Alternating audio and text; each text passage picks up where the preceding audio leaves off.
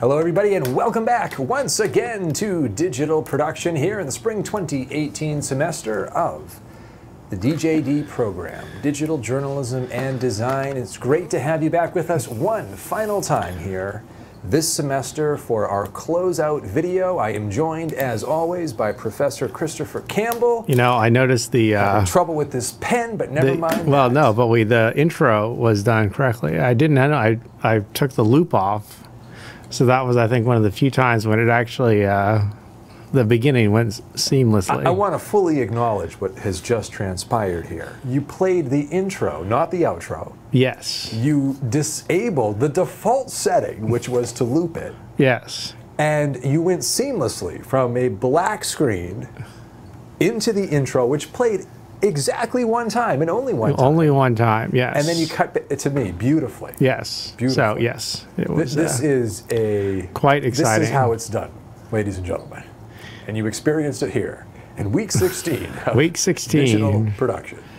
So this has got to feel good. This is what you call a real, this is a shot in the arm.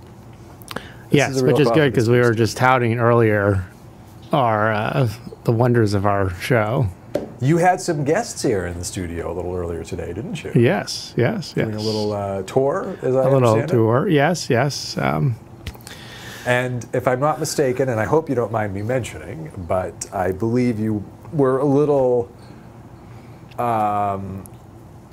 perhaps displeased is the word, with the state of the studio. Well, yeah, well, the studios, yes, studios do have a tendency to become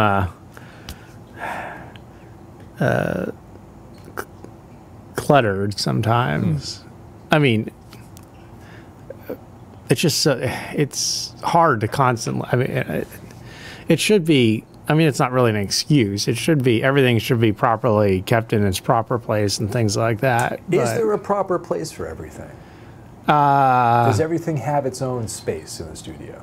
Well, yes, yes, but. So you're right. There are no excuses. What happens sometimes is the, you know, like there's a bike over there that hasn't been used yet because it's not yes, there working, is a bicycle, and I should need to get it fixed. There's a pair of shoes over here. Pair of shoes, as we just scanned through the room. Yes. Well, these shoes are those are props, so that's understood. Okay. Well, that's those are fair props. Point. Those are props. There's some plywood over here. Yes. I suppose that's part of the staging that we... that was part of the staging that Mark built, because, you know, initially we were going to have this staging thing that people were going to be on, and then there's going to be wires going underneath the staging. Which is a compelling concept to me. It yes. never really transpired. No, it never because there are a lot of wires looking around. Well, originally, yes, there are. But originally the studio was going to be a little more set in its things. I mean, there's going to be a little. Originally, it was going to be more of I think, e-learning type studio with like a set, set stage production, set stage elements. And then I think what happened is eventually it became more of a studio that required. The ability to move things around quickly and to have because different things happen here. Yeah, right. Some people like to sit, some people like to stand, some people like to walk around. There's interviews, so I need to be able to move. You know, we need to be able to move things around quickly. Yep. And so that's why that stage was not put in use. Although I suppose it looks impressive. And then there's a million papers and things like that in the bookshelf from different research. There are many papers, binders, and books. Binders, books, research, papers, academic journals, and I keep... The stacks go quite high. The stacks actually are from all of... Because I remember, I think you told me when I first started teaching to keep everything. So I've kept every assignment, everything that everyone's turned in for the last 3 years. Oh. So there's one stack for photo and all the different years. Each stack is a year. Ah.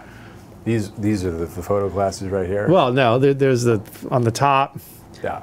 But then the others are journal articles. I see. Ah, yes. research articles, Academic reading material. academic reading, and then binders for technical documents, and then books on the bottom for that I've actually borrowed from the library, and I've had them for over a year now.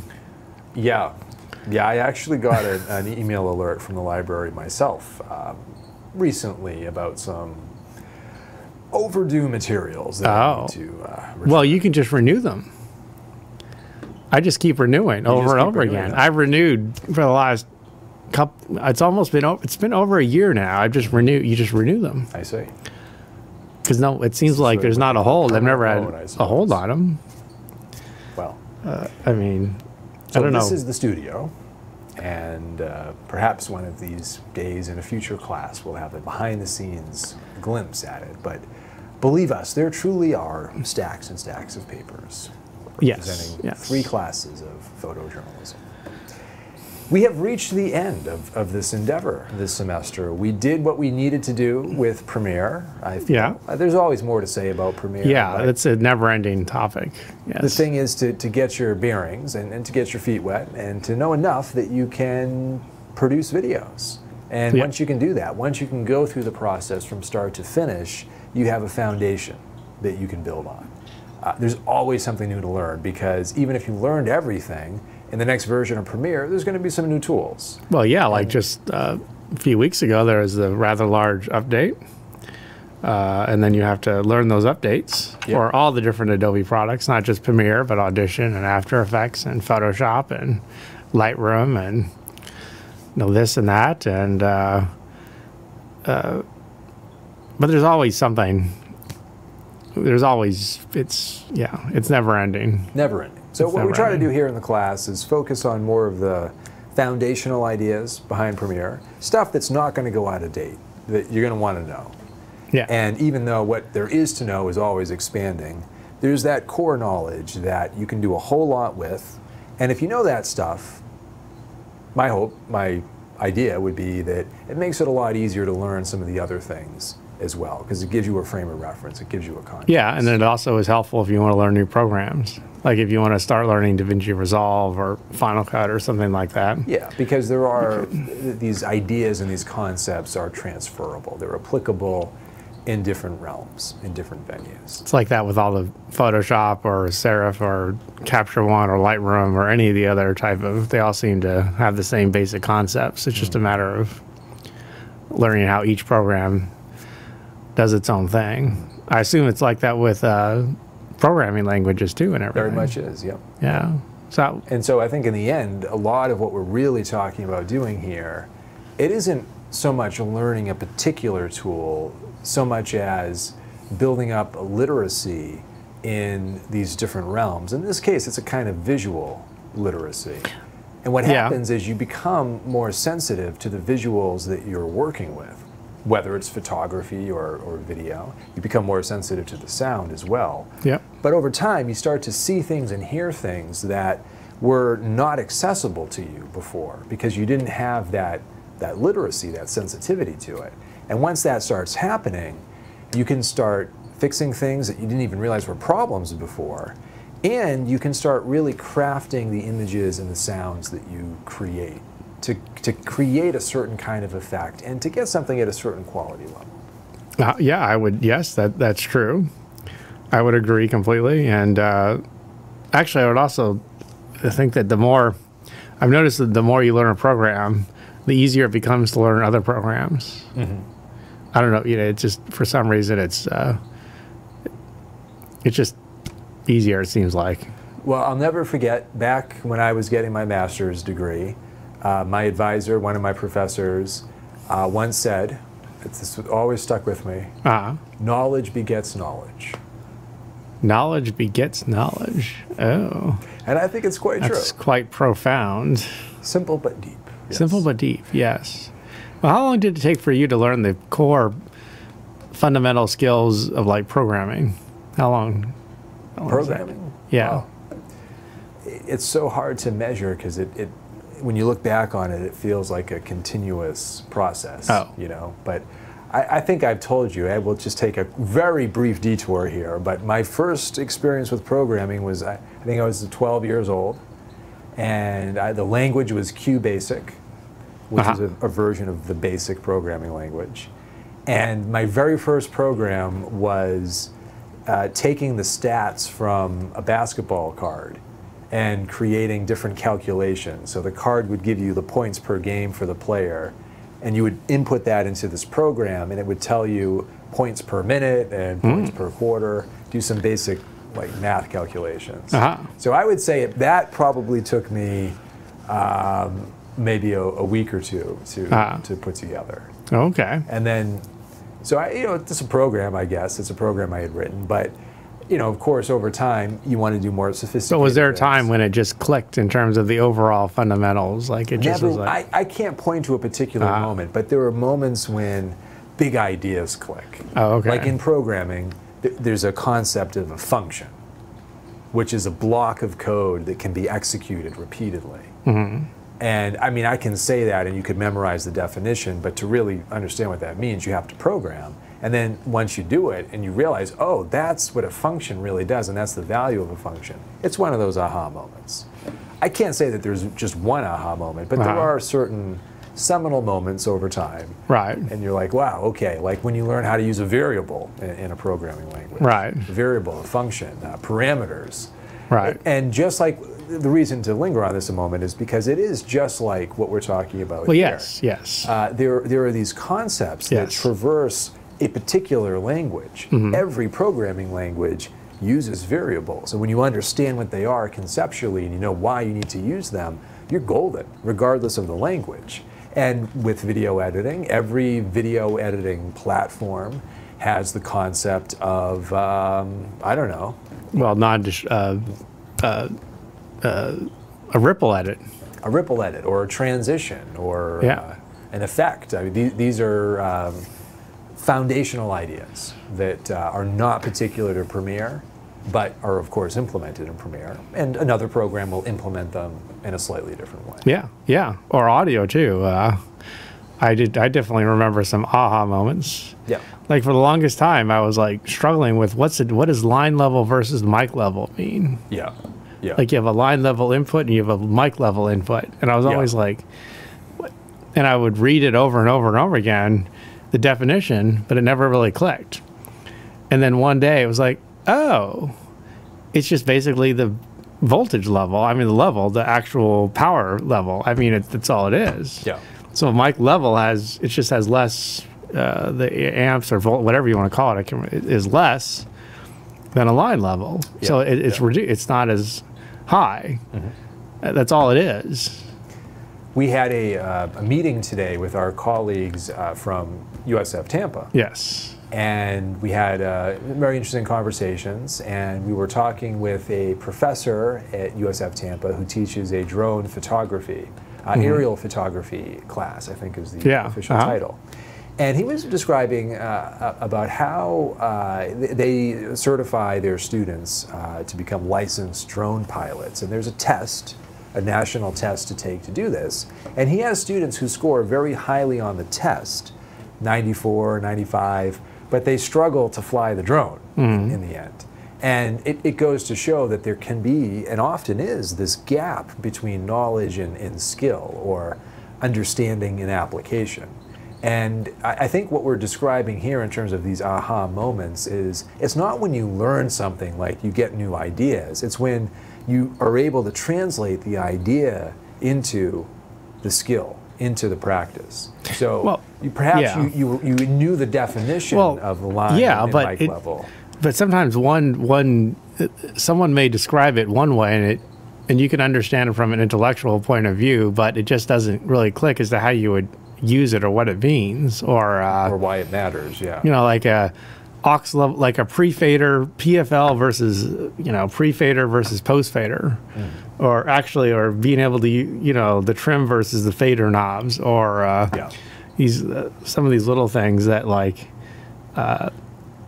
as I'm really beginning to understand audio on a deeper level, it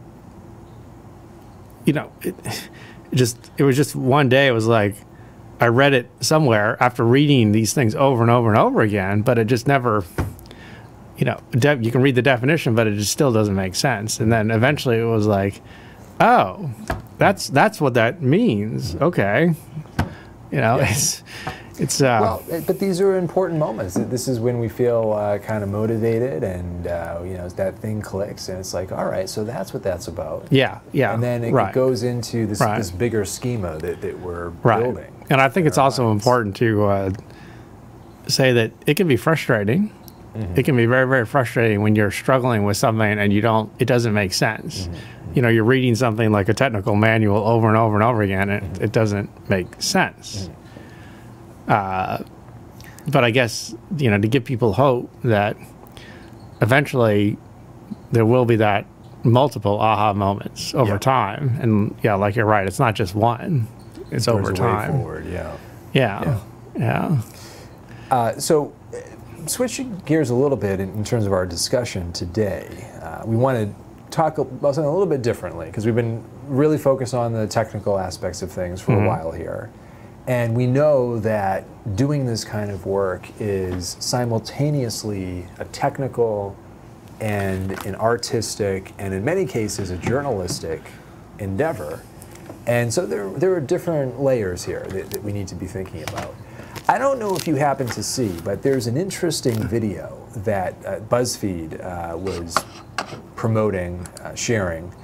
And it's a video ostensibly of former President Barack Obama talking and sharing some ideas that it would be very unbelievable to imagine that Obama would be sharing. And it turns out that the video is in fact a synthetic rendition of Obama. And director Jordan Peele is speaking. The comedian. The comedian and the director. The Peele and the show, the Key and Peele. Well, and now he's no, this is the director of Get Out. Yeah, who was that comedian who was with the earlier Key? Yeah, comedian, director. Yeah. So he's doing the voice and he's speaking, and this is a form of this technology that we're going to be seeing more and more of essentially a synthetic version of somebody. Right. Now, this looks a little off. If you really focus on it, you can tell it's not actually Barack Obama. But if you're not really the voice, the audio? Is it a visual? Is it a CGI rendition also? Yeah, it's video and audio. Oh, okay. And they do a little split screen thing at one point, so you can see Jordan Peele talking, and you know, there's a facial recognition aspect to it, so it mimics his face, converts his voice to sound like Barack Obama's voice. The point being that this technology is going to get better and better, and I would say within a year or two, we're going to be seeing videos that are impossible to differentiate in terms of, is it really this person, or is this just a synthetic experience? Well, it's definitely come a long way. I mean, even with a huge, I mean, for example, the you remember that movie, The Social Network, the David Fincher movie? Yeah. There are those Facebook, twins. You know, there are those twins. Yeah. And those twins are not twins at all in real life. They were twins. I think you said that they really were twins, but the actors are not twins at all. The actors actually look totally different, and they used the facial technology to basically replace the face. And I don't think anyone would be able to tell the difference. Right. It was so seamless that unless you knew that, I don't think you would know. So that's a perfect example right there, too. And so, but now what we're seeing is that kind of technology is moving out of big budget films and can be used by anybody to create any kind of content. And from a media literacy point of view, this is really complicating things. You know, it used to be bad enough trying to figure out if a news story was real or fake. Yeah. Now we got to figure out, is the video that we're watching that is going to look 100% authentic? Yeah. Is it real or fake? And there are some serious ethical implications to all of this. Now, clearly, making somebody appear to say something that they never said, and not providing any indication that that's what you're doing, that's deceptive. I think we would all agree. And So it it's a sounds like this manipulation is of an audience. going to become a discussion of ethics. That's where we're trying to go with this, yes. This is The a fairly transition. roundabout way to get We into it. transition into ethics. That is where we're trying to go in our final discussion. Well, that is a thorny topic. It is a very thorny topic. And what do we even mean by that? Let me ask you, because you teach photojournalism. Yes. You teach video journalism as well. We call it video storytelling here. Uh-huh. You do photojournalism, but you also do, what would you call it if it's not strictly Promotional journalism? promotional videos and photography for the communications department. So in light of all that, what you do and what you teach, how do you think about the ethical dimensions of your work? Well, it's a very very complex issue. And one thing that I always like to do is in my classes, I break them up into groups, and then I have I give them each a folder, and with different photos. Some of the photos can be slightly provocative. Maybe some of the photos show dead bodies or blood or things like that. And but every group has the same photos. Okay. And then I have them as a group say, okay, now you're the photo editors. As the photo editors, what would you publish or not publish that you think may be ethically inappropriate? And what's quite interesting is that there's every group has different ideas about it in terms of what they would publish and what they wouldn't publish. So it's very there's a lot of gray area really. You know, I mean, it's not a black and white subject. There's a lot of nuances, and it's very, very complicated.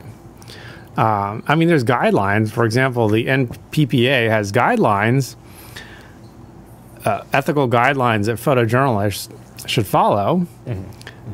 But some of those guidelines are kind of up to personal interpretation. I mean, let's say you're at a funeral or something like that. Is it ethical to photograph the funeral, to photograph someone crying at the funeral or something like that? Okay. And is it a newsworthy event? Like, let's say it's a someone, a famous person or a well-known person died, and is it ethical to be at the funeral and photograph someone's at the funeral? And let's say you're on public property or something like that. Well, then it becomes a very nuanced situation. So then there's no easy answers, and the NPPA is the guideline is like, I can't remember the exact wording.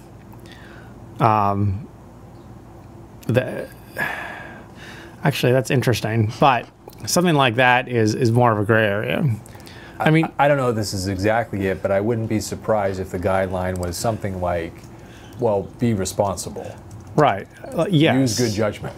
Yeah. So, okay, actually, so one nice thing when you have the multiple computers in front of you is that you can just look it up. Okay. You've got a spare computer to do a little. Yeah, multiple. So strive to be. So one of them. Strive to be unobtrusive and humble in dealing with subjects. Okay. So if you're there at a you go. funeral, what does that mean? Exactly. Translating that. Now, but these guidelines are, of course, intentionally open to interpretation. Yes. Because there needs to be flexibility and fluidity. Right. And then what ends up happening, I think, in many cases, is you're going to be informed in part by industry standard guidelines and in part by organizational standards that are imposed upon you and in part by your own personal standards. Yes. And so when you mix all that together, you end up with a tighter prescription in terms of what you could or couldn't do. So, exactly. So right, and so certain things like Here's one. Do not intentionally sabotage the efforts of other journalists.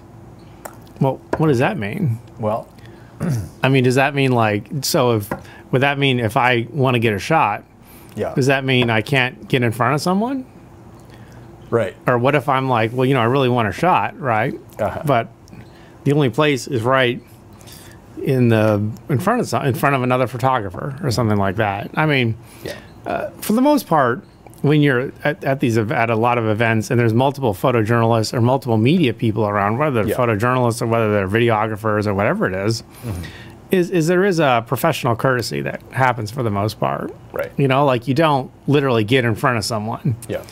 Yeah. If you see that someone's going to take a shot, you don't get in front of them. You give them time to get the shot, and then you go behind them, or you're just aware of your surroundings and where the other cameras are. And part of this is simply behaving in a way that's going to be productive to your own career. Yes. Because you don't want a reputation as the guy or gal that jumps in front of. It's professional courtesy. Yeah. And so you'll see that. So you may have some of these let's say the Zuckerberg conference trial, not trials, but what was it technically? Hearings. Hearings, yes. You're going to have a gaggle. You're going to have a gaggle of all these photographers, and you watch there's this gaggle of photographers, and they're all kind of jockeying for the best shot, but at the same time, they're being respectful of each other. Yeah. And so that's what, and you're just always aware, and you kind of give each other the, heads up or, these kind of things. So you're kind of, but. I remember there was a moment at a press conference with Trump. I think this was last year. And there were a bunch of photographers. I think actually it was somebody with a boom pole. Knocked a lamp over. Oh. Because it's a very tight space. So he was not following proper boom pole techniques. Well, I possibly not. He was not following using the butterfly method. He may not have been using the butterfly as taught by method properly. Pierre. Yes, that may have been. Oh, there was another incident with Pierre last week. It was quite disturbing. He came in and completely disrupted my guest speaker.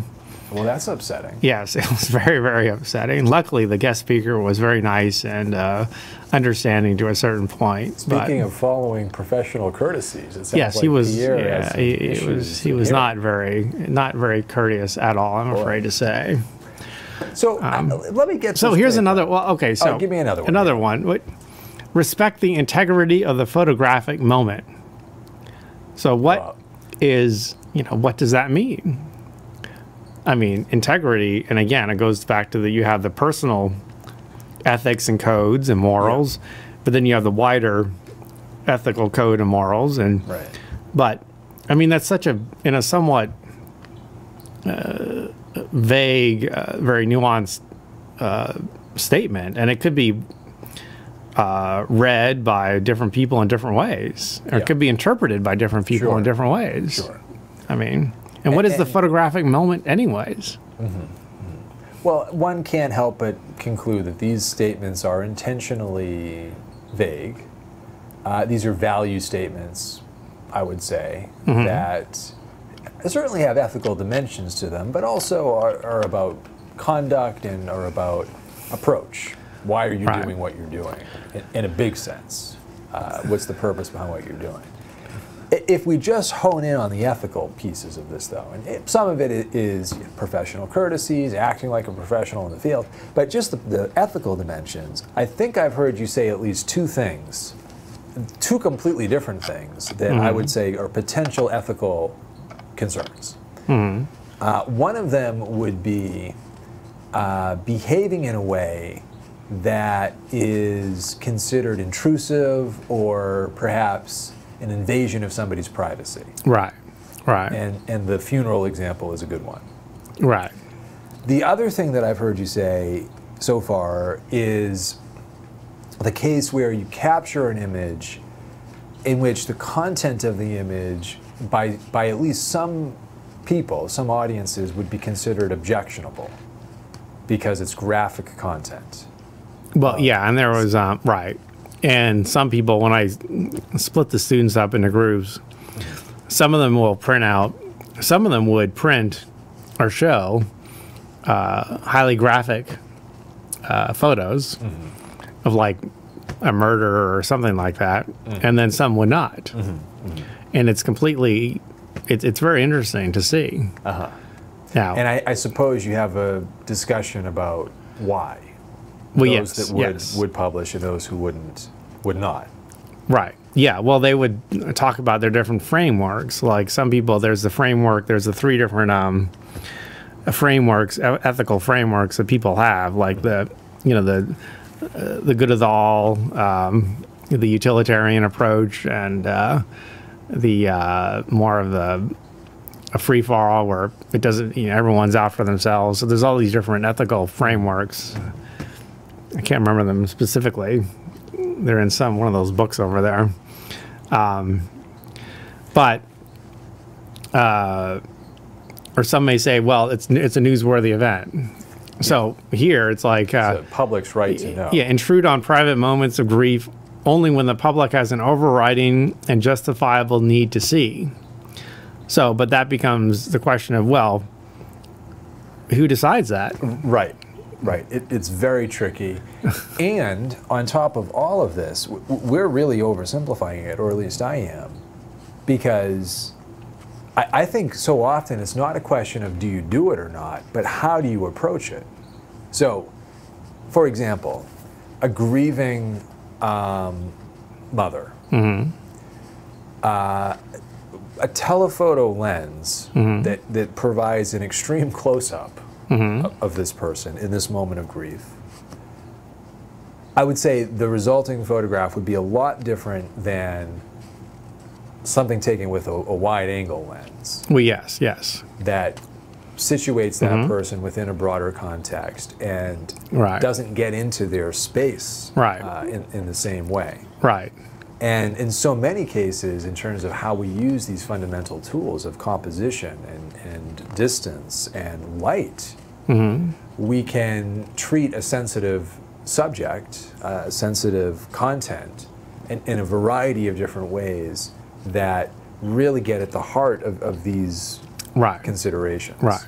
I mean, you're absolutely. I mean, if you're shooting with a 24 millimeter lens, you're going to have to get super close if you want to get a close up of some grieving mother crying over the casket or something like that.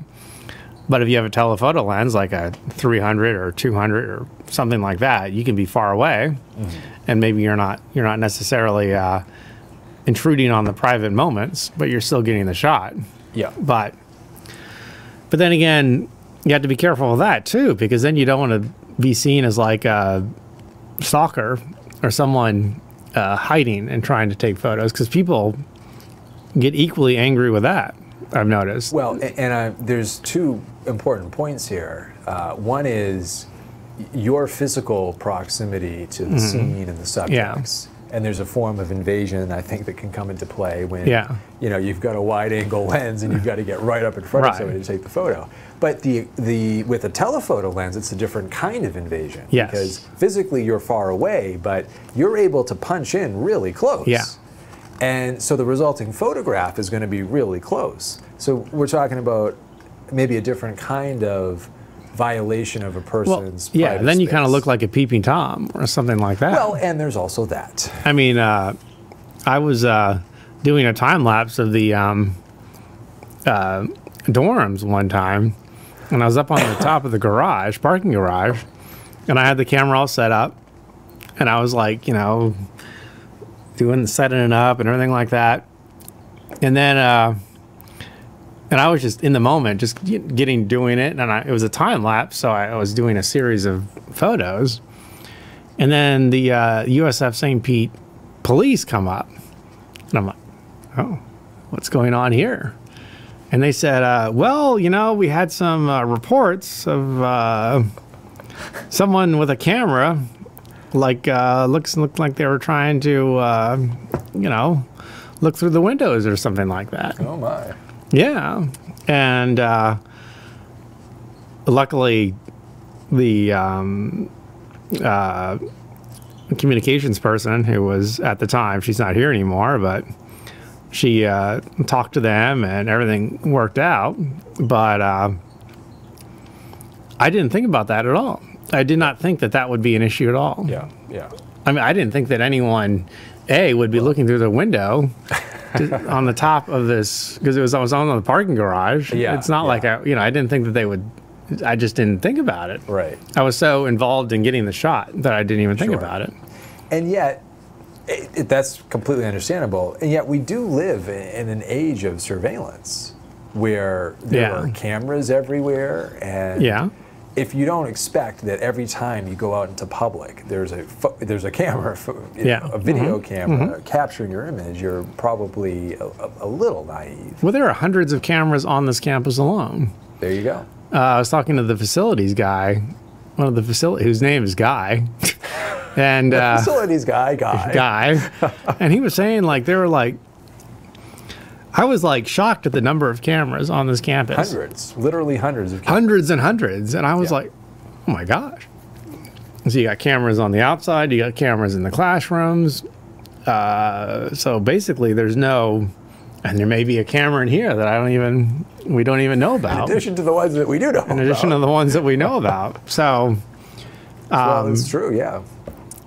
But it is, the whole Facebook thing has brought that whole topic up to an interesting extent also. Yeah. About what exactly, what kind of observation or is allowable or not. And it goes kind of a thing. Obviously well beyond recording devices. Yeah, Any digital, like tracking location or whatever it is. And people are like, well, Facebook may be tracking, what I buy, but if I'm not buying bombs or I'm not buying anything that's illegal or wrong, then who cares? But at the same time, others are like, well, but that could lead to more and more things or more other obtrusive... Slippery slope argument. The slippery slope or other intrusion of someone's rights kind of a thing. Like the whole issue of, well, again, that's a different show, the Black Mirror show kind of a thing. Yeah. Which is which is takes another... some of these concepts to the next level. Another excellent show, by the way, that everybody really should watch, because it does deal with some very interesting issues of ethics too, actually. Ethics and technology, it's great for that. And also the cinematography is really beautiful as well. So like the one where color grading is very interesting on the show. Well, the one where the guy was you could the one episode where everyone's life was recorded, everything they did. Yeah, they had the little implants, and so you could just go back at any time and like relive certain things over and over and over again. The eye implants. The eye implant, and then got the remote to. And it's not just visual, but audio and everything. Right. So there's no there was no privacy whatsoever. No. These things are all. It's very, very. Now, very complex. In addition to these issues, I've got to put a couple of more ethical considerations on the table for us to consider. One of them is what we call, I would say, broadly, we could call it staging. Yes. Well, that is a definite right. That's like, for example, do not manipulate images or add or alter sound in any way that could mislead viewers or misrepresent subjects. That's a pretty... be accurate. Resist being manipulated by staged photo opportunities. While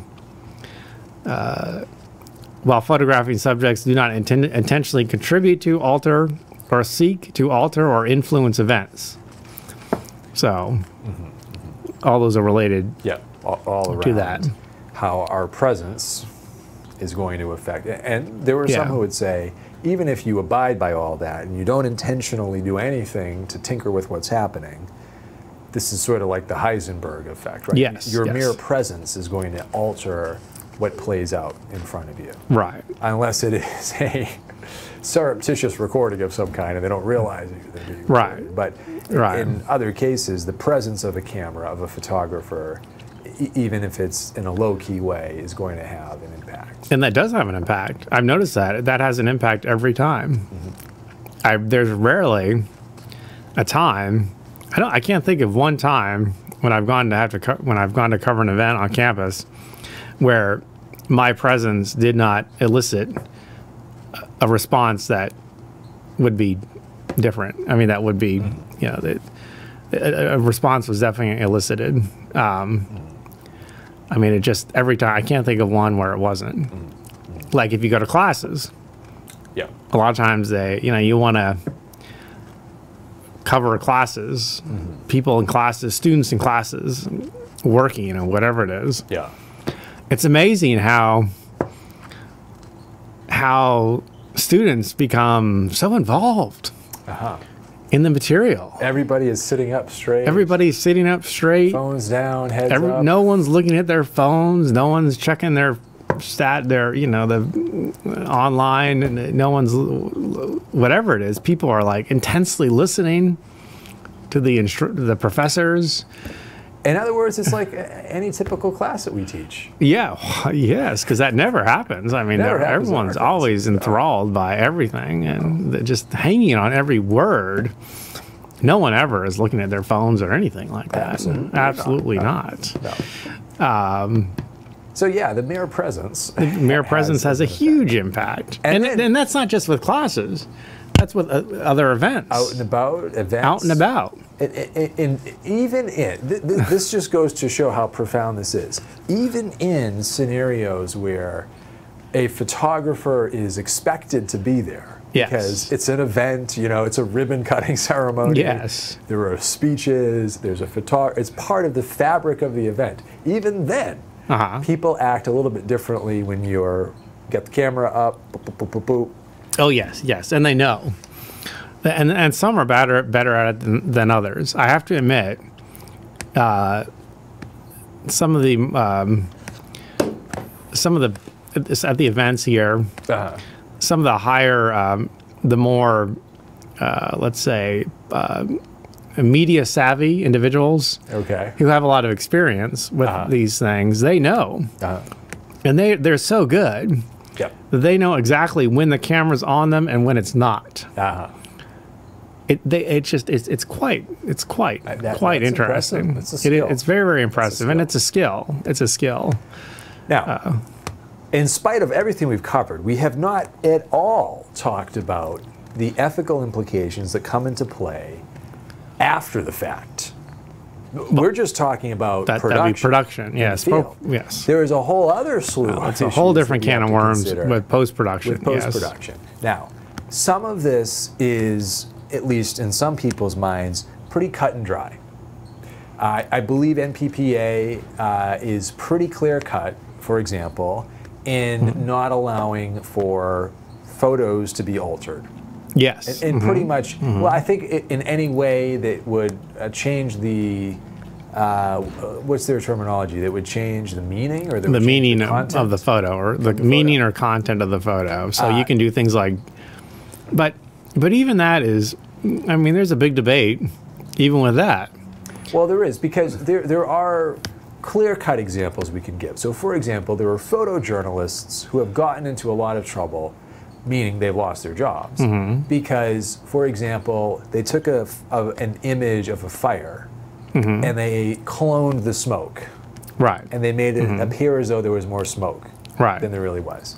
Or cases where they composited images. Now, this gets a little complicated. Yeah. They've added people where they shouldn't be, or where they weren't. Added things, or they there's a couple of cases where they took a couple of photos in rapid succession, and there was something happening in photo 1 and in photo 4, and they did a kind of composite of the two. And it's so easy now. So I mean, it makes it so easy in Photoshop. and it would look absolutely seamless to the viewer. I mean, you really have to know what you're doing to really see some of the really high quality, manipulation.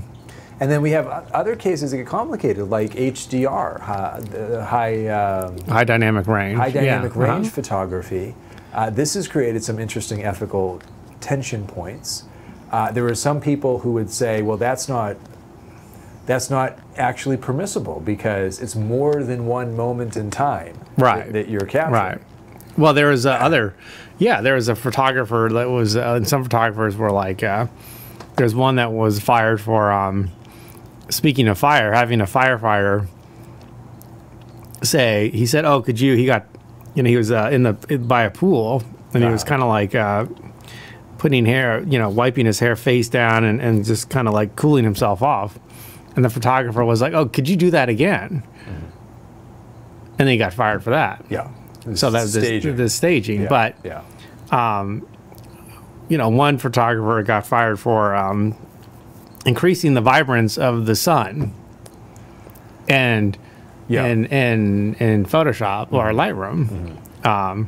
Now, in his defense, what he said, he was like, "Well, look, I was trying to make it match the color that I saw of the scene at the time." Yeah.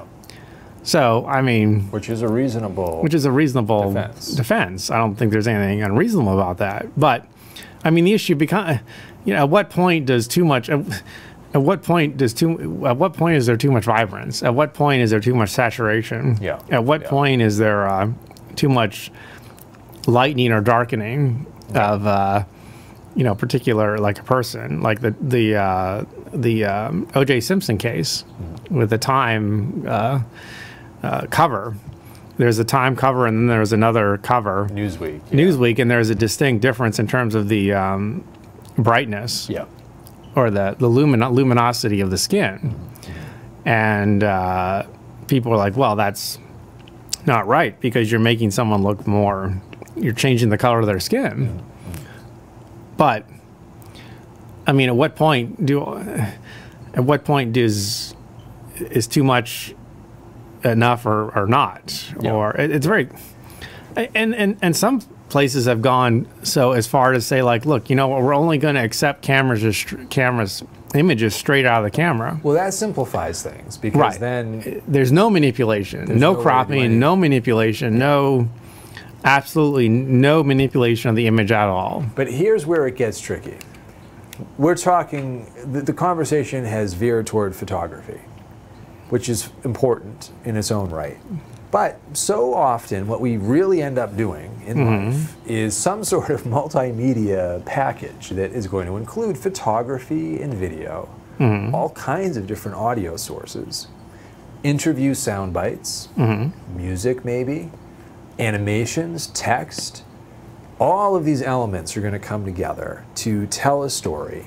And we have so much editorial control in this process. What do we include and what do we leave out? Number one, how do we assemble it? What exactly do we show and what elements do we include?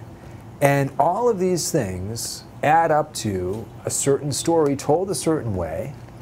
And we always have to ask ourselves, especially in a journalistic context, are we being faithful to the truth and are we manipulating our audiences?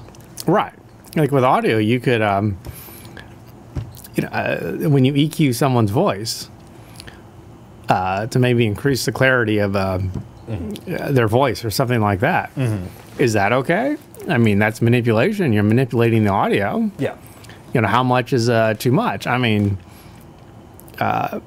generally with audio, you're always doing some type of audio sweetening, whether it's a certain amount of compression, EQ, all these other kind of things, which are very subtle, but they make someone sound better. Now, if you want to, let's say, I mean, if you want to make someone's voice deeper, a little deeper, you can do that. And it's very subtle with EQ. But how much is too much EQ? Right, right. And then we have other kinds of issues with sound. For example, so you go out to a shoot, you get back, you realize you didn't capture any ambient sound. You had shot something out in a park somewhere, and you didn't get any good ambient sound. So the next day you decide to go back to that same park, and you capture some nice sound. Now you bring it in, you layer it underneath, as if you had recorded it the same day that you shot your interview. Is that ethically permissible? And what if you didn't go to the same park? What if you went to a different park and brought that sound in? Right. Because, someone may not necessarily be able to tell the difference. Right. But still, it's still not of the moment. It's not of the moment. And the question, and it's a difficult one, is does it matter? Is it truly a deception? We're going to take a look at a couple of examples. This is from a few years ago now, back in 2011. One would have to apply the systematic moral analysis, That's one way which to I do it. remember. I remember taking ethics in grad school here. Yeah. And that was actually by far the hardest class I think I have ever taken here, because it was not cut and dry at all. You have to follow this. There's this systematic moral analysis where you basically ask those same questions. Is it justifiable? Who's harmed? To what extent are they harmed? Right. You know, is there, what amount of deception is there? Yep. All these other, and there's like 12 different steps you have to go through. Yep. And it's not cut and dry. And that's what makes it so hard. Yep. Yep. So we're going to look at 3 different versions of a news video produced in the hours and days following the tsunami, the earthquake and tsunami that hit Japan in 2011. 2011? This is going back to 2011. I thought it was yeah. 2004. No, it was 2011. I'm pretty sure. Oh, no, you're right. I distinctly remember where I was at the time. Okay. I was on a cruise, and it was my one of my birthdays. I'm not going to say which one, but let's just say it was a fairly milestone moment birthday kind of a thing. Okay. And I was on a cruise, and then I was at dinner, and the captain was like, "Excuse me, everyone, I have an announcement," and he talked about it. And the reason why he made the announcement is because on that cruise ship, which is Holland America, they employ a lot of people from Indonesia. Okay. Or no, yeah, Indonesia. Because the tsunami affected the whole entire Yeah. Asia, all of Asia. Yeah. Yeah. Well, so we're going to look at a couple of different versions of this video. What I'd like for you to do as you watch these, we'll look at them one at a time. So as you watch the first one, think about these techniques that are used, the editing techniques, the kinds of footage and material that's brought to bear, and think about whether you have any ethical questions or concerns as you watch what is about to unfold here. So 3 different versions of the story we're going to watch. And then could you turn up your speaker? Beginning with number 1 here. Yep, speakers should be up. Okay. Go now? Cut to the computer, yep.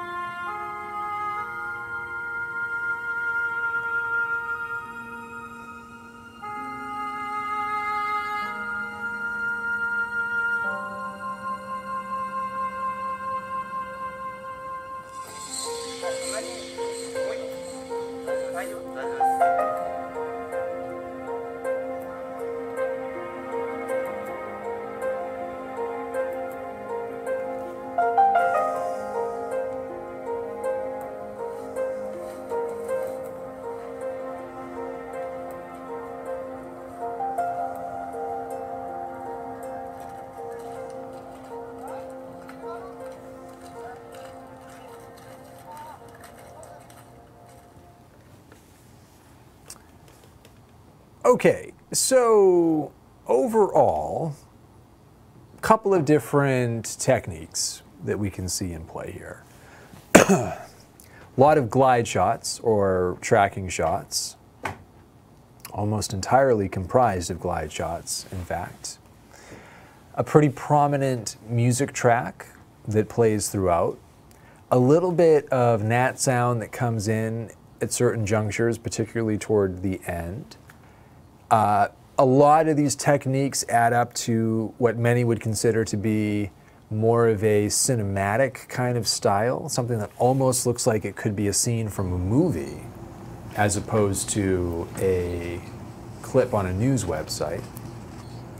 And clearly edited in a way to compress time, in the sense that this videographer may have been there for hours and we get it condensed into a 2-minute video. As you watch that, do you personally have any ethical concerns or questions in terms of how that was produced? Well, in terms of the, I mean, there definitely was, knowing film conventions, there was definitely a sense that it may have been trying to elicit a certain emotional response. Mm-hmm. And what were some of the techniques that? Well, the music, yeah. The tone of the music, Mm-hmm. The emotional sadness of the music, Mm-hmm. and also the very use of all the glide shots, Mm-hmm. and the fact that they were done very deliberately, Mm-hmm. very slowly, Mm-hmm. definitely does not have a documentary type feel, or the documentary look. Yeah. For example, the shaky cam or the Nothing constant frenetic. reframing, Yeah. which is that documentary look to supposedly make it look more real or something like that. I mean, those very smooth movements, actually, from an editing point of view, or at least in continuity editing or editing that's used to make narrative films, actually the viewer isn't supposed to notice the edit, really. So now, is that a bad thing? I don't really know. I mean, it was a sad event, yes. It showed destruction. Yeah. Now, I don't think it was necessarily misrepresenting the actual visual material. Yeah. Yeah. It was just the person's interpretation. Mm-hmm. Now, and that's the whole crux of the whole Heisenberg. You know, everyone has their own personal interpretation. Yeah. And when you edit something, no two people are going to edit something exactly the same. They're just not.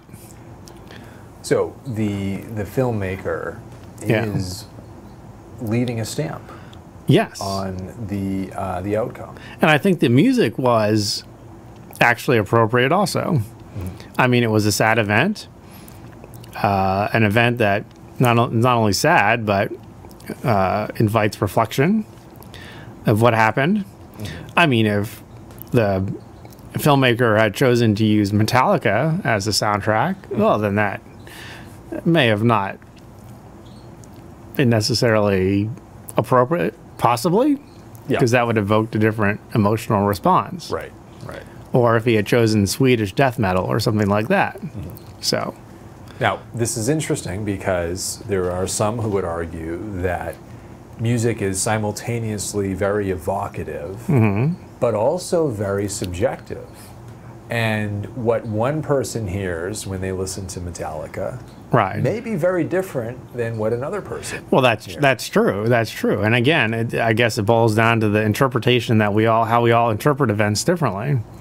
What I found very interesting about the criticism that video received when it first came out, and granted this is going back 7-8 years now, people were upset that it was using conventions from a different medium filmmaking, cinematic techniques in news production. But what's so? I don't understand that argument, because everything, you know, we teach these same cinematic techniques in our classes. We do, and I wonder if people would have the same problem with it now. In other words, I think that a lot has changed in the 7 years since this first came out. Yeah. And I think that we now, because it's happened so much, and if you go to the New York Times OpDocs, you will find a variety of styles that... And you'll find lots of glide shots and dolly shots and the Atlantic video as well. I mean, we're talking about some of the most respected news organizations in the world using techniques that previously had not been used. I was going to say acceptable, and maybe to an extent, but certainly they hadn't been used by news organizations. And now that's happening constantly. Yes, yes. And so I would say audiences are probably acclimated. And probably a lot of the people who had qualms about that particular style being used for a news video would not feel that way. Yeah. That's an interesting point. I would probably agree with that. Yeah. And I almost wonder if we've gotten to the point now where what used to be an acceptable format or style is now considered to be a little tone deaf, perhaps, or a little out of touch with what audiences have come to expect.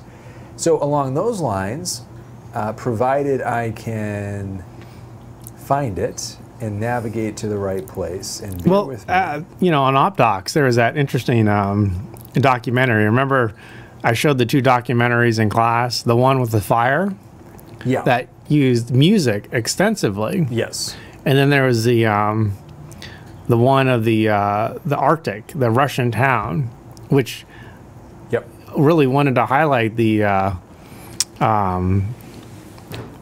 desolation of this town in Siberia by having no music and very little sound. Right. As opposed to did the thing go out? No. No, it's still on. I thought I saw something flashing behind me. But the fire piece it relied heavily on that to evoke a certain feeling of fire. Right. Now, they both were, again, in OpDocs, and one was in the Atlantic, these highly respectable organizations. You know, I don't think anyone criticized them. I don't think so. I don't think so. Now, let's look at a different version of this story. Same news organization, published around the same time. I think even some of the source content is the same. But this is going to be a very, very different approach. Is something changing behind me, or is it just me? Or maybe it's just... You know what? I think, is it off? I can see it blinking. Oh, it's blinking. I can see the red light blinking, which indicates that the battery is low. Well, it made it all the way to week 16. All the way to week 16. But once again, something has to... Yes, something is definitely flashing by. It's the light. The light, right. The battery is beginning to die, which is really going to be annoying, because now you're not going to have that halo behind you to separate your head from the background. Boy, I don't know if I can continue on, but I will try. There will be a backlight, but the background light will eventually go off. This is a little demonstration here. You can see that was back. Okay, so let's cut to the monitor, and we will look at version 2.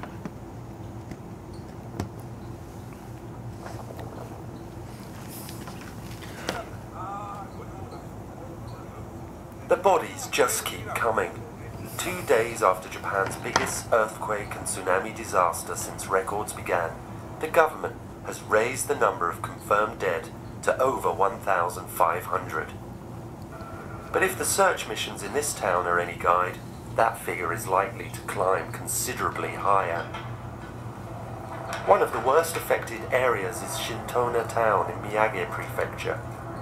Very close to where the quake struck and then the tsunami was at its highest. The rescue mission is in full swing, but so far what they've done is mostly just find bodies. The force of the tsunami and the earthquake combined produced some really shocking results. This railway track, which was laying horizontal on the ground, is now being ripped up and pulled vertical. It looks like a garden fence. There's all sorts of items from people's lives that were very intimate and are now scattered absolutely everywhere. It's a very beautiful plate actually. It says, "Tonight is the Star Festival." You've got some tatami matting that people would have been probably sleeping on for years. Other bits and pieces all over the place. A record here, old vinyl record, probably some elderly person. Rescue workers said they found 50 dead during a morning's work. Almost all of them were elderly. This lady told me she drove back home to try to evacuate her elderly parents, but the waters ripped them from her grasp.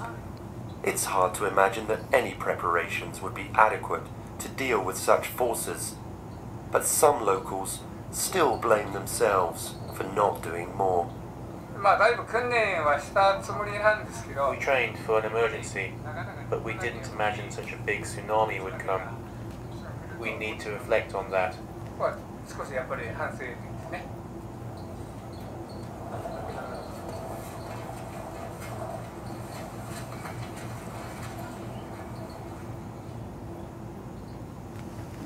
Okay.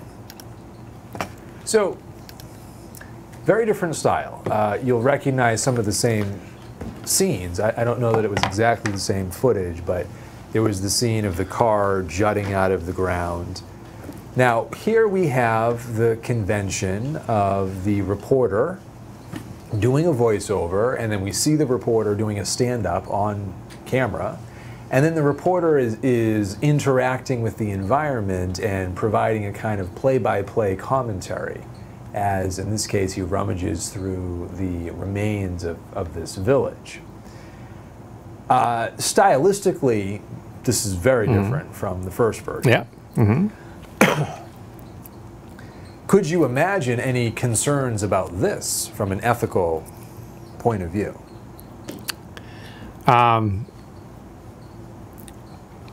Well, some of the comments of the reporter, I think, may have been possibly. Did he say something about well, actually, was it? Did he say something about maybe it's an old person? Yeah, well, that's a really interesting point. So we found a vinyl record. Right. And he said, well, he has maybe assumed it belonged to an old person. Yeah, he's just sort of pontificating, I guess. But, I mean, vinyl records are used by DJs all the time. That's a good point. There's a resurgence. It's a niche market, right? Absolutely. So, absolutely. So he made a big assumption. Yes. And he was assuming some things, I would say. And in other cases, he was describing what we could see with our own eyes. Right. And there's this old adage, this thing is going to just drive me crazy. You know, you can just turn it off. Why don't we if you just want to cut just it? turn it off. It's not happening, so... So now, Whoop. it's on the bottom. It's under the battery. There's the... Oh, there it is. So now, well, now you still have your backlight, but now... Thank goodness for that. Well, these fellows are both plugged in. Yeah, so it's... No risks there. So, yeah, there's this old adage that you should show, don't tell. Yeah. In video. There's no need to explain what I can see with my own eyes.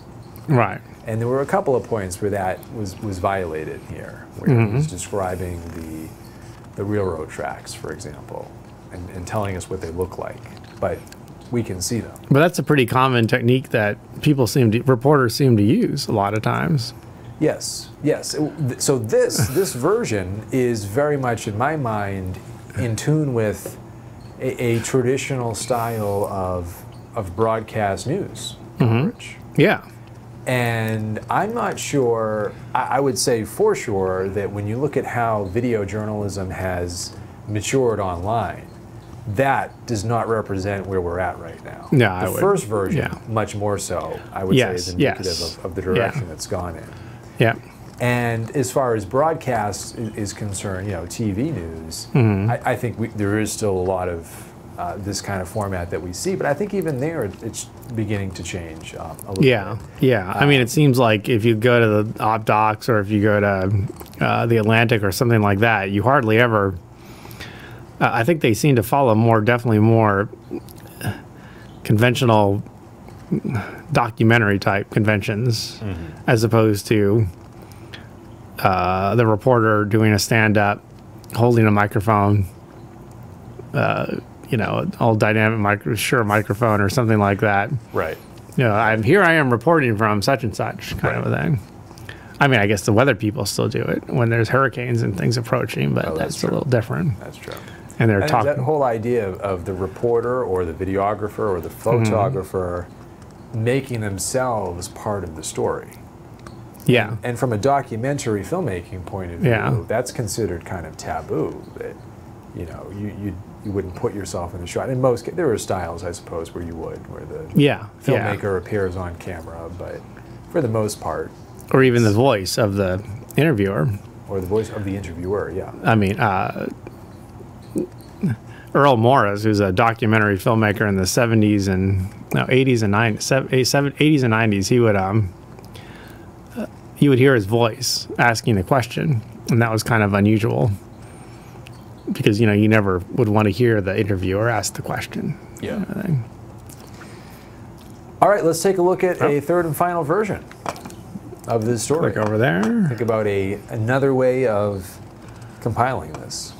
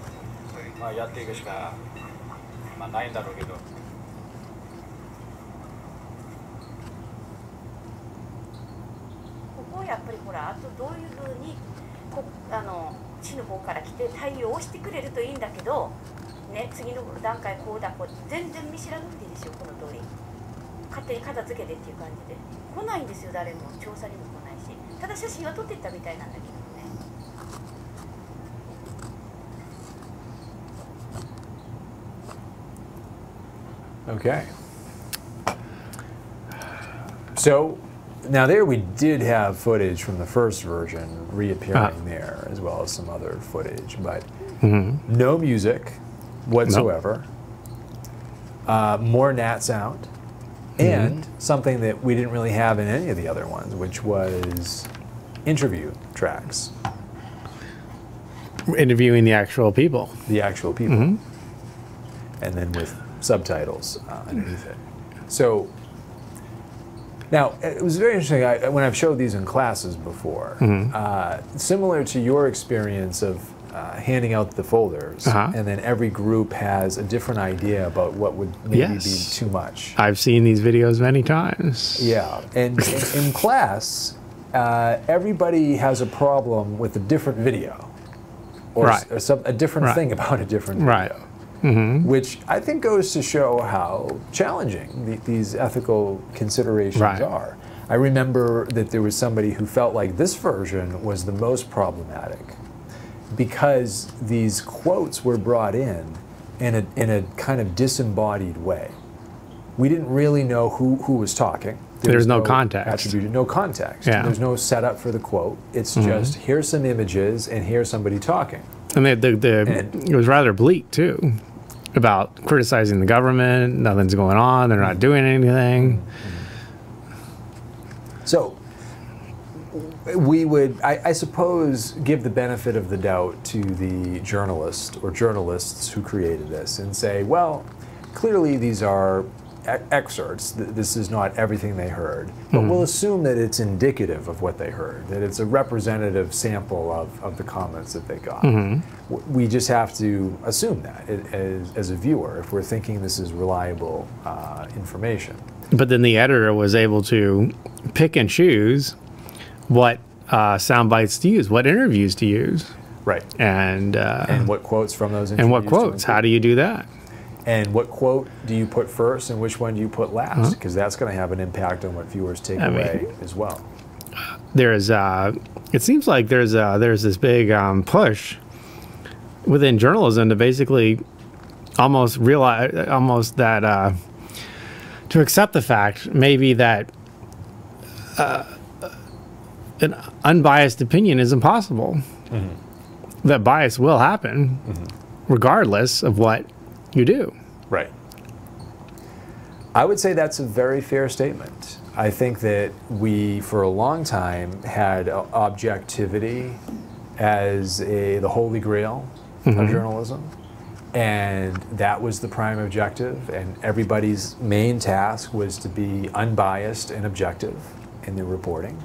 And I think you're absolutely right that we have now solidly entered an era in which we've kind of taken a step back and said, you know, we said we were objective, but the truth is that we were taking sides. We were showing a particular perspective. We were unable to escape our own biases. Yes. Because guess what? We were human beings. Right. Humans are biased. We are biased. We're absolutely biased. And when you look at the composition of newsrooms, there are societal biases that play out in the newsroom, sometimes to an even greater degree than in society.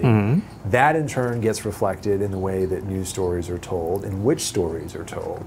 So the idea that we're being objective here, I think, is a quaint notion of the past. And yeah, and I think people have become disillusioned by all the media sources. Like, I think people almost expect it now. Yeah. You know, like, you know, Fox News versus MSNBC or something like that. I think that basically most people assume and know that if you're watching MSNBC, you're going to get those reporters and those people there are definitely towards the liberal side of the continuum. Right.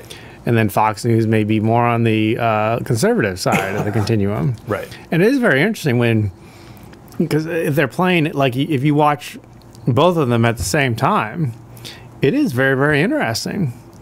The stories that they're reporting on, how they're reporting on them, all these other kind of things. There's a distinct difference when you're watching them literally at the exact same time. Right. You know, and CNN tries to be, I think, maybe they go in the middle or something like that. But the whole point, it seems like, is that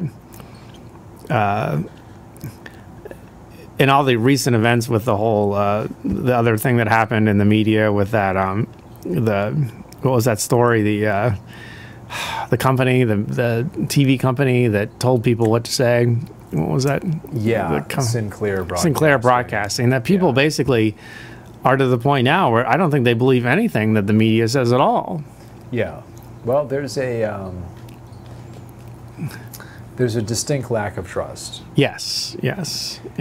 And also the way that we're construing these ideas now in 2018 is often in terms of, well, of course, fake news has entered the vernacular. So is it real or is it fake? Right. Is it propaganda? Is this the government giving us a line? Or is there something real and genuine? Or what did the enemies of the what is it that, what's that line? The enemies of the news, or no? Enemy of the people? Enemy, no, that the news is, you know, journalists are considered enemies of the fake news and enemies of whatever it is. That someone said it in the meeting today. Yeah. Enemy. I think somebody said enemy of the people. Enemy of the people, yeah. If I'm not mistaken, yeah. Yeah, or something like that. Yeah, in jest. But I think people seem to be very, very disillusioned. Well, there is a lot of reason to be disillusioned. There is a lot of blatant manipulation. I mean, we've been harping on some fairly nuanced points here. But let's be real. There are people out there who are blatantly intruding, manipulating, distorting to project a certain Yeah. idea. So there's a big difference between what's going to happen inevitably because we're humans and we can't help it, and then what happens when we don't have something like a code of conduct that means anything to us, like what the MPPA is spelled out, and we have completely mercenary or political or ideological reasons for the work that we're doing. And every organization is going to have different guidelines too. Absolutely. And so it gets back to that triangulation of what does the profession say, what does the organization say, Yeah. and what does your personal heart and mind tell you is acceptable for. Because I think it was AP that was saying, "Oh, we're only going to accept unaltered photos straight out of the camera, That JPEG would- straight out of the camera." But I talked to some fellow photojournalists over at the Tampa Times, and I think they said, I'm pretty sure that they shoot in RAW. Uh-huh. So if you shoot in RAW, well, that's a totally different, format, and that's what's so strange about the whole you can only accept JPEGs because everything comes from a RAW file anyways. I mean, a JPEG is a manipulation of the pixels to begin with from the RAW file. Well, AP is very strict. Though, I mean, right? you could set your camera on, but then again, what picture style or picture profile do you use? Do you choose portrait? Do you choose vivid? If you choose vivid, you're going to get a lot more saturation. Yeah. So, I mean, as opposed to portrait. And also, I think we need to acknowledge the role that transparency plays in all of this, in the sense that there are some who would say much more important than being objective is being transparent about what you're doing and why you're doing it. And if you provide that supplemental information to your audience, you're giving them the information that they need to decide how to really interpret the Right. content that you've created. Well, that's a good point. And Yeah. so it gets more down to the real sin here is not having a point of view, but it's being duplicitous about what Right. that point of view is. Right. At least that seems to be where we're at right now. But ethics is, as you described, the class is challenging, but ethics itself is challenging, and it's situational, contextual, and I would say understood within a certain era in which we're living. Yes. And And we're living in uncertain times that time. are No, what is it? quickly What's the changing. quote? What's the Dickens quote? We are living in the best of times, the worst of times, or yes. from Is that Tale of Two Cities? The Tale of Two Cities. Yes, Yeah. that was the first sentence, right, or something like that. It was the best. It was of the best of times. It was the the worst of times. Yes, yes. Well, I never couldn't had think to of read a better that book. way to end our experience this semester than quoting. Then Charles quoting Dickens. Charles Dickens. I never had to read that book. Did you have to read that book? No, No. Well, yeah. first page. That's it. I'm ashamed to say I'm not proud of that. Well, you have an excuse since Well, I suppose You- I was busy. your coding educational my, track basketball was card. different than others. I think a Well, little that's different. So That's true. And I was also, working on my programming. And, yes, yes, I had other endeavors to attend to. yes. Thank you, everybody, for joining us this week and this semester in the digital production class. We really appreciate. So, is anybody going to be taking the blogging class in the summer? I wonder. I wonder. We have a full roster, although Is there anyone here in this class that's taking I the don't blogging know class? offhand. I'll have to check Oh, because I do know some people that are taking the blogging class. from your class. Yeah. In the undergrad section. Yes. Yeah. In Yes. the grad section, I will have to check. It's all filled up right now. So we're going to have a lot of students with Well, us. a lot of Now- the expectations are high, The expectations to perform. Yes, great. There are great expectations. Yes. and I will be much more prepared because I'll actually be able to contribute to the discussion of WordPress and other blogging type things. more prepared than you were in the previous blogging class. Not this class. You were fairly well prepared for this class. Yes. Well. Yeah. No. Very well I prepared just want for this everybody class. to know they've gotten the premium experience here. No. I was doesn't very get much prepared better for than this this. class. No, I was very prepared for this class. But I've been boning up on my honing, I should say, boning my skills probably didn't sound very good, but honing my skills in programming and the effective use of CMSs, things like that. So what we'll say is if there is anybody listening, if any of you digital production students who really want to take this blogging class, we will find a way to make room for you. Just send me a note. We can make that happen. And otherwise, we will see you around. So I'm going to go to the outro this time, and hopefully it will not loop. Final time. So let's see what happens. Thank you again for joining us.